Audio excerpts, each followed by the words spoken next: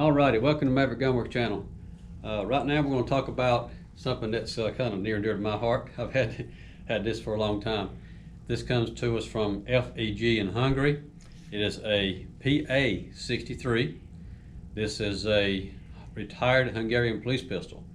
I acquired this, I don't know, probably 15 years ago or something, maybe even longer than that. But anyway, it's an aluminum frame. It's fairly lightweight for what it is. And this is a 9mm Makarov caliber. I want to talk about that for a second. I know it's not familiar with a lot of folks not familiar with that. So what I want to tell you is you have a 9mm Luger, which is the common 9mm caliber that we know of. Then you have, most people will relate to below that would be the 380 ACP, which is the same as a 9mm Kurz or 9mm short, right? But between those guys, that's what this gun is for. This is a 9mm Makarov. All right.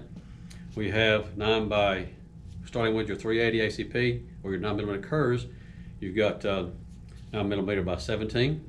That's the length of the case. 9mm by 18. 9mm by 19 is your Luger. All right. So we're filling that gap between there, and that's what this little jewel is for. If you notice, the grip on this gun has a bit of a curve to it. It's made typically, especially for right-handed people. Left-hand person, it's not going to feel very comfortable because the grip has a bump on it for your right-hand thumb to fit. But that being said, you can also replace the grip. That's not an issue. Okay. And if you look here, we have a manual safety on the slide, which also doubles as a decocker. Okay. And this is a double action and single action both on this firearm. And that means, let's take the magazine, open it up, make sure I can show you here that the chamber is empty, all right, and the magazine is empty. But on this firearm, there is no slide hold type device on here. The magazine in the gun with the last shot fired is what holds the slide open, okay? And then once the magazine is out, if you wanted to release the slide, you cannot do it with the magazine empty inside the gun. You have to take the magazine out and then pull it back, and then slide will close without the magazine in it. All right. And that being the case, we now have the gun cocked. And if you watch, when I pull down the safety lever on this one, it's in the fire mode now because we have the red dot. All right. I'm going to pull the safety down, and that will decock the gun. What happens is it releases the hammer, but it also at the same time puts a crossbar in front of the firing pin so the hammer will not fire. All right. So, neat little feature. You also notice that it is a very slim, naked of controls, as it were. You have no slide lock button, no takedown lever up here to deal with. So in that case, how do you take the gun apart to get the slide off of it when you want to clean it? All right, this is a cool little trick.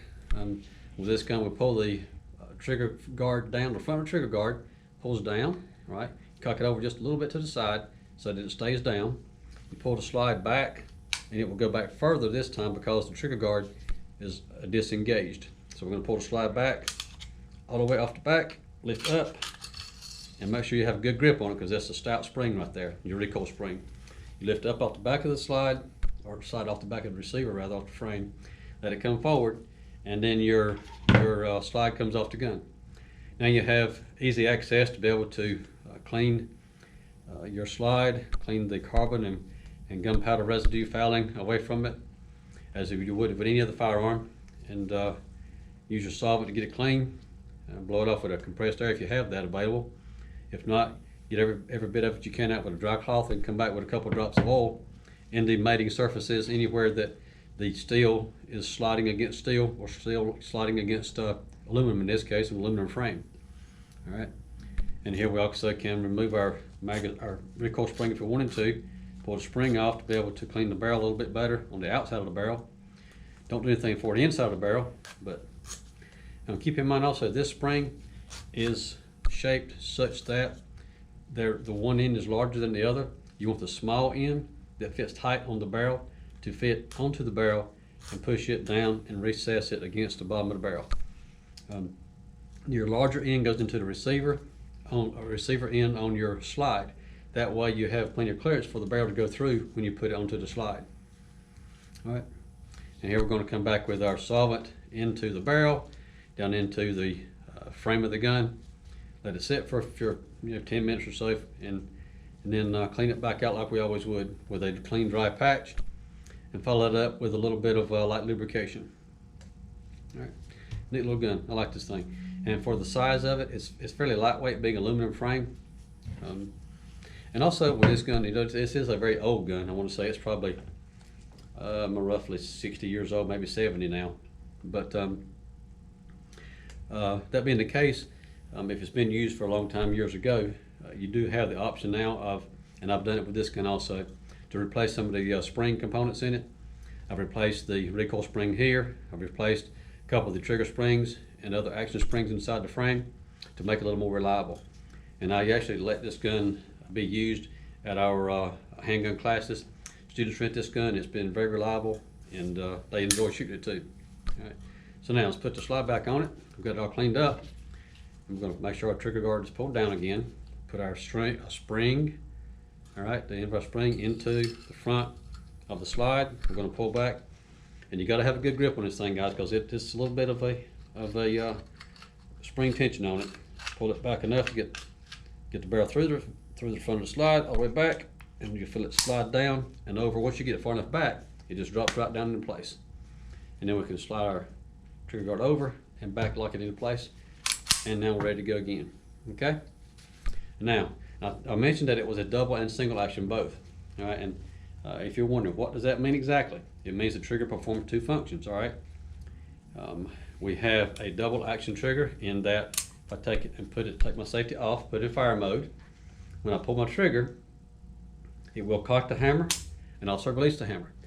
But at the same time, when the gun cycles by itself, the hammer's cocked, it's in the single action mode. Okay, so you can carry this gun safely actually with it one chambered in the firearm and with your safety locked in the safe mode, and be able to have access to it if you needed to. Just flip up your safety without having to cock the hammer. You can pull the trigger once and it will cock itself and fire, and from then on it will be in your typical single action mode. All right, so anyway, there you go. That's a little bit of a rundown on one of my kind of a personal favorites, I guess it is. One I've had for a long time and still running well. There's our 9mm Makarov with aluminum frame, PA63. All right. Well, thanks for watching, guys. And if we can do something to help you out with Maverick Gun Works, give us a call.